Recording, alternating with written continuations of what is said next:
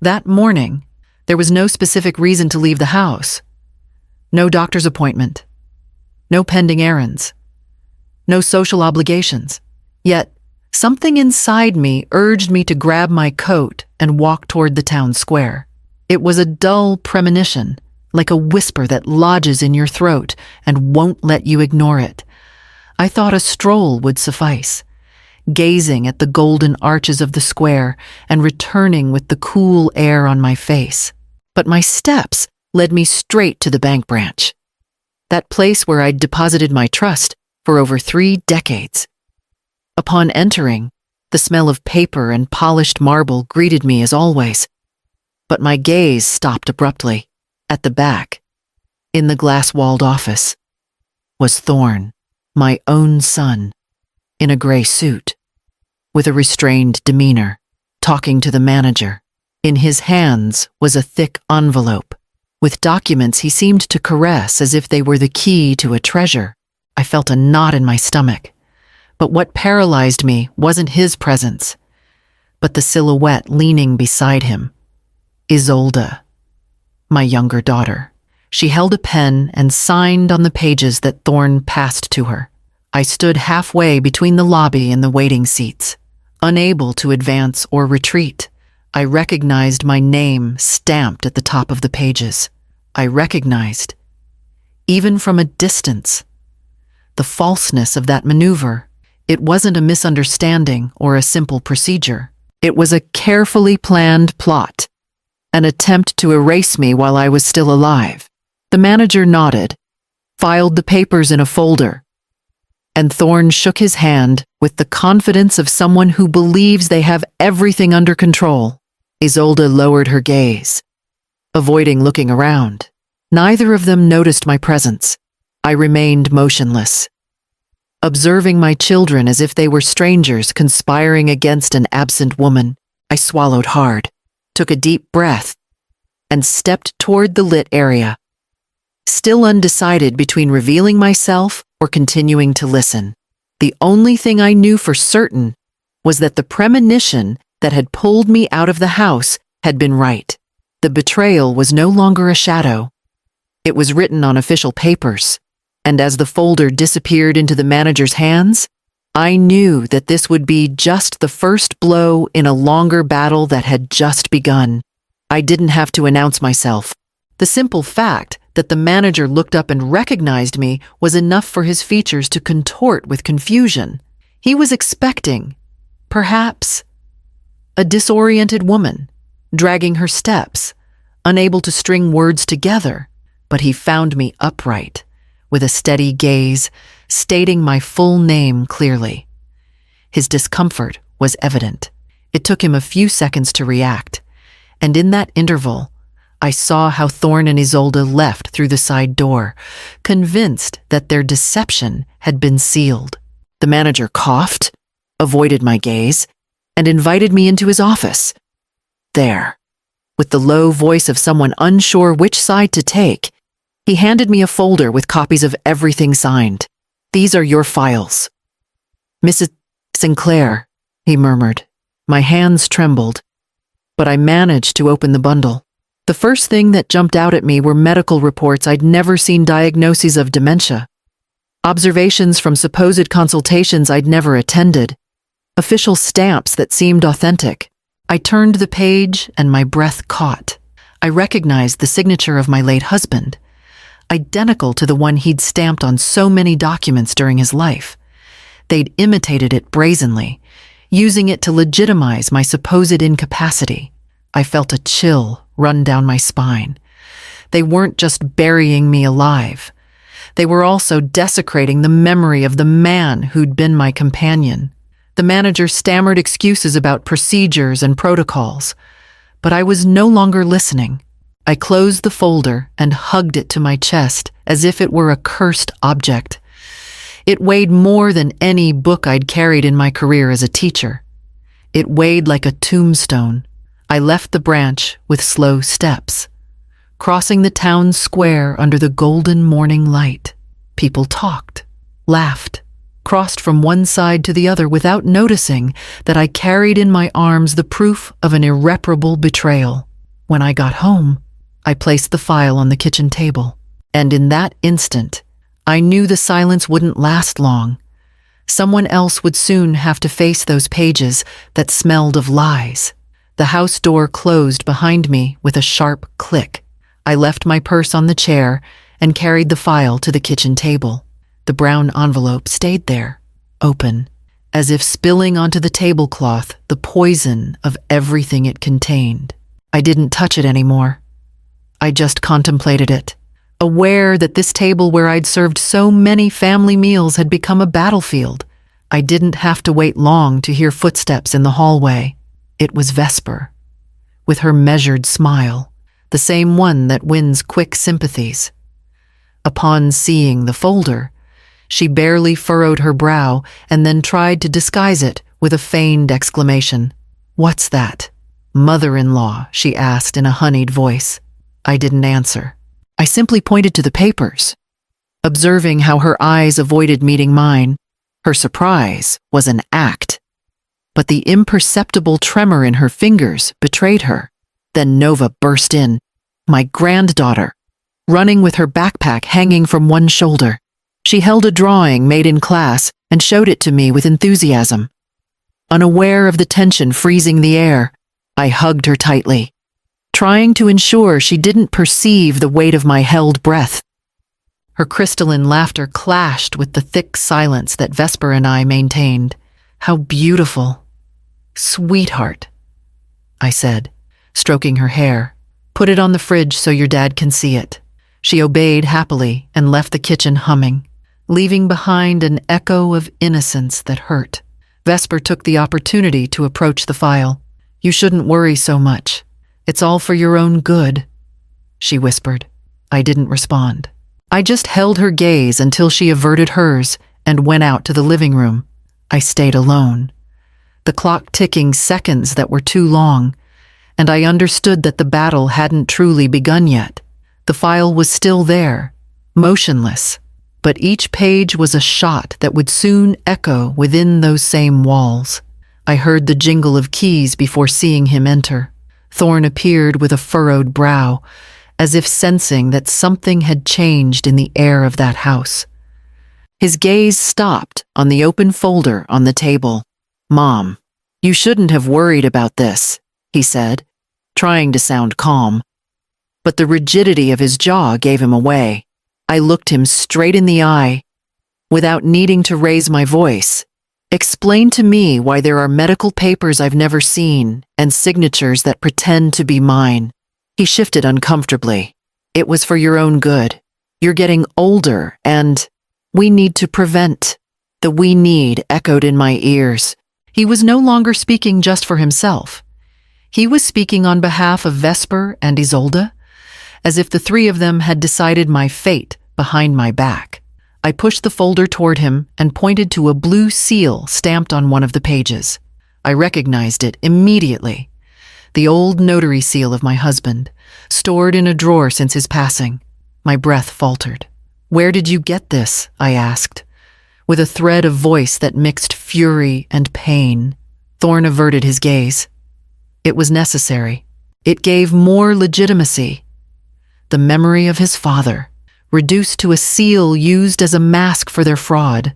I felt something inside me break with a silent crack. He wasn't just trying to bury me alive. He was staining the memory of the one who had sustained us all with his honest work. "You've desecrated his name," I whispered. "You're not just betraying me, but him too." Thorne opened his mouth to respond, but I raised my hand and stopped him. I didn't want to hear more empty excuses. I carefully stored the papers, as if they were evidence of a crime, and closed them in the folder. Then, I looked at him with a calm I didn't feel, aware that this discovery ignited a bigger battle than I'd imagined. I turned toward the window, and in the reflection of the glass, I knew that the approaching night wouldn't bring rest, but decisions. That night, sleep didn't visit me. I lay in bed with my eyes open, silently reviewing every year of my life as a mother. I remembered the winters when I'd stay up until dawn grading exams to pay for Thorne's studies, The times I sold my own collection of books to fund that master's degree, he abandoned halfway. I remembered Isolde, always fragile, and the nights I'd sit by her bed when she had a fever, promising her that nothing bad would happen as long as I breathed. Now, those same hands I'd once caressed as children were signing my condemnation.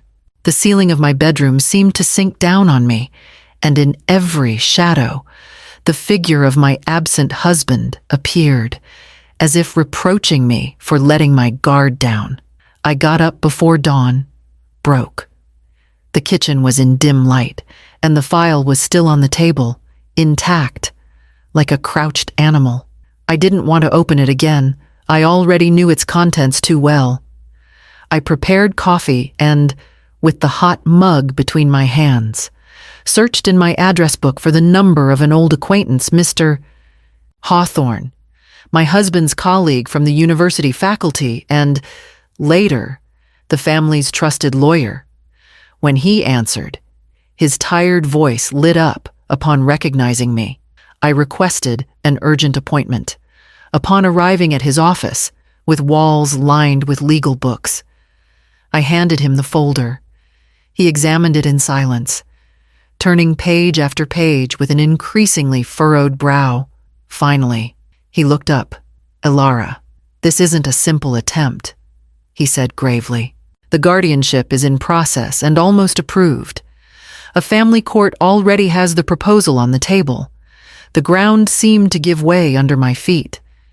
It wasn't just an intimate betrayal. It was a nearly consummated legal process." Hawthorne placed his hand over mine with firmness. "It's not all lost yet, but we must act immediately." I nodded, storing the folder again, aware that the battle had left the family realm and would now be fought in the cold hallways of justice. I returned to Hawthorne's office the next day. I'd spent the morning reviewing my own documents, but I knew the folder in my purse wasn't enough. I needed someone with experience to dissect every detail. The lawyer received me with a serious expression, and I immediately knew what he had to tell me wouldn't be easy to digest. On his desk lay copies of bank statements, recent extracts from my accounts, notary seals, and a list of companies registered in the commercial registry. He pointed to a name I didn't recognize, Summit Investments LLC. It's registered in Vesper's name, he explained. And it's not a real company. It has no employees or activity, except receiving periodic transfers. Look here. He showed me a series of small charges, disguised as payments for utilities or medical expenses, all directed to that shell company. It was a drip system, slow but steady, designed to empty my accounts without me noticing. The legal guardianship wasn't their only goal. They aimed to divert all the assets, from the savings to the family home. I stayed silent, with my hands clasped, containing the tremor. It wasn't just my dignity they were trying to snatch. It was also my husband's memory, the roof under which my children had grown. Every effort accumulated over decades. Hawthorne waited for my reaction, perhaps thinking I'd demand to file a complaint immediately. But inside me, another spark ignited. I didn't want to rush. An early complaint could give them time to move more pieces, erase traces, invent new alibis. No, not yet, I said firmly. If they've planned everything so carefully, they deserve to fall with the same weight of evidence. The lawyer observed me in silence and finally nodded. He understood that I wasn't seeking impulsive revenge, but an irreversible outcome. I stored the papers in my purse, with a calm that barely hid the inner storm. On the way home, while crossing Library Avenue, I was already imagining the scenario where the truth would explode without them being able to escape. And in that thought, I began to set the trap. I accepted the invitation to dinner with them like someone entering a theater, aware that everything would be a performance. Vesper had insisted that it would be good to share some family time, and I attended, knowing that every gesture hid intentions. The table was set with care. but the atmosphere weighed more than the smell of the roast. Thorne tried to appear cordial, as if the tension of the last few days didn't exist. Isolde, on the other hand, barely touched her food. She kept her eyes fixed on her plate, unable to hold my gaze. It was Vesper who filled the silence with her affected voice. Between sips of wine, she recounted with pride the purchase of a new car. She described the leather seats, the metallic paint, the luxury extras. I listened in silence, knowing perfectly well where the money for such an acquisition came from. Nova got up from the table before dessert. She said she was going to fetch a notebook from her room. No one noticed that she'd left her tablet on, propped against the doorframe. From the hallway, she stayed listening to the adults' voices. When the incapacity is signed, the house will be ours. Vesper let slip in a low tone, like someone caressing a secured future. My heart contracted, but I didn't move a muscle. Isolde raised her head for an instant, nervous, and then lowered it again. Thorne remained silent, accepting his wife's phrase without protesting. They didn't know that Nova, with her small and curious fingers, had recorded every word. When she returned to the table, she wore the same innocent smile as always, and I hugged her tighter than usual. The evening continued amid forced conversations, but inside me, something had changed. Without them suspecting, the truth had been trapped in a device that fit in a girl's backpack. That night, upon saying goodbye, I no longer felt loneliness as a burden. For the first time, I had the certainty that the web they'd woven was starting to show the thread that would unravel the entire entanglement. I chose the same setting where I'd discovered the betrayal. I wanted everything laid bare in the place where they believed they had it all under control. I called the bank manager and Hawthorne, my lawyer, and also requested the presence of a notary. Then I summoned Thorne, Vesper, and Isolde under the pretext of signing some urgent paperwork. They arrived on time, dressed in that artificial formality they used to disguise their intentions. They greeted me with tense smiles, and I responded with a calm that surprised me. Upon entering the conference room, they saw Hawthorne and the notary. The manager waited seriously, with his arms crossed. "I want to clarify some matters," I said, opening the folder I carried with me. I spread out on the table the forged medical documents. I pointed out the inconsistencies dates of consultations when I'd been teaching at the university, diagnoses from doctors who'd never seen me. Then I showed the seal of my late husband. The blue ink still shone, desecrating his memory. I recognized this seal perfectly. I affirmed it was stored at home since he died. Thorne's face paled. Isolde clasped her hands in her lap. Vesper, on the other hand, clung to her usual coldness. That's when I took out the device that Nova had secretly given me. I pressed play, and the room filled with Vesper's clear voice. "When the incapacity is signed, the house will be ours." The silence that followed was so dense it seemed tangible. The notary looked up from his notes, and the manager let out an audible sigh. No one dared to speak. I allowed myself to look at them one by one, letting the weight of their own words fall on them like molten lead. They were no longer family parents or respectable children. They were unmasked conspirators in public. I stored the device with the same serenity with which I'd shown it. There were no shouts or bangs on the table, just pure evidence, impossible to deny. And in that instant, I understood that, from there on, every step would be a sentence. The bank room was still wrapped in a thick silence when I decided to break it. There was no longer room for doubts or excuses. I stood up slowly, placed my hands on the table, and spoke with the firmest voice I remembered having in years. "Thorne, Vesper, you're out of my will from this very moment, and you have 30 days to leave the house where you now live." The phrase pierced the air like a hot iron. Thorne opened his lips, but couldn't articulate a word. The color had drained from his face. Vesper maintained her composure, though her eyes flashed with contained rage. It was Isolde who broke first. Tears slid down her cheeks, while she murmured that it wasn't fair, that she'd only signed out of fear. Fear doesn't absolve you. I responded calmly. It makes you an accomplice. I didn't raise my voice, but each syllable weighed more than a shout. Isolde lowered her head and covered her face with her hands. In the midst of that tension, I felt small arms wrap around my waist. It was Nova, who had approached without anyone noticing. She squeezed me tight, as if with her hug she wanted to lift me from the rubble. I stroked her hair and understood that, although everything else was broken, that bond remained intact. The notary took notes in silence. Hawthorne nodded, approving every word I'd pronounced. The bank manager, uncomfortable, avoided my children's gaze. I turned to them one last time. 30 days. Not one more. After everything you've done, the only thing I grant you is time to leave with dignity. I stored the documents in my purse and left the room, with Nova by the hand.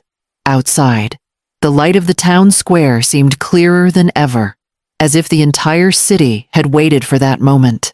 As we walked together toward home, I felt that the real battle wasn't over yet.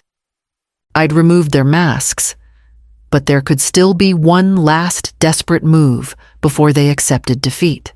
The 30-day deadline passed without scenes, without slammed doors or pleas.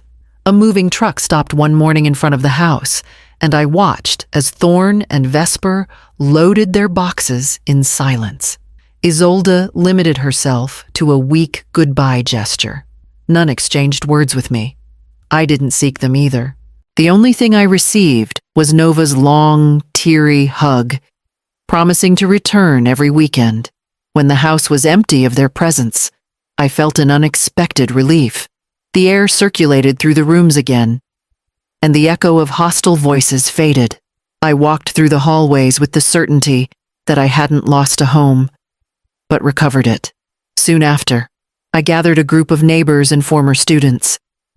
I proposed transforming the house into a shared space, a cultural workshop for older women and girls, a place where words, memory, and creativity would be refuge and seed. We called it the Sinclair Cultural Workshop, in honor of the surname I'd wanted to protect for so long. The first afternoons filled with timid laughter, hands that embroidered, and voices that read aloud forgotten passages. At the same time, with Hawthorne's help, I established a trust in Nova's name. I didn't want my granddaughter's innocence to be stained by her parents' decisions. That fund would guarantee she had education, a roof, and the opportunity to grow free from the shadow of greed. On the day of the workshop's inauguration, I opened my old leather-bound notebook and wrote a phrase that had been forming inside me for weeks. Never let others speak for you if they're not willing to fight with you. I closed the notebook with a serene peace, different from before, because it no longer came from imposed silence, but from a recovered voice.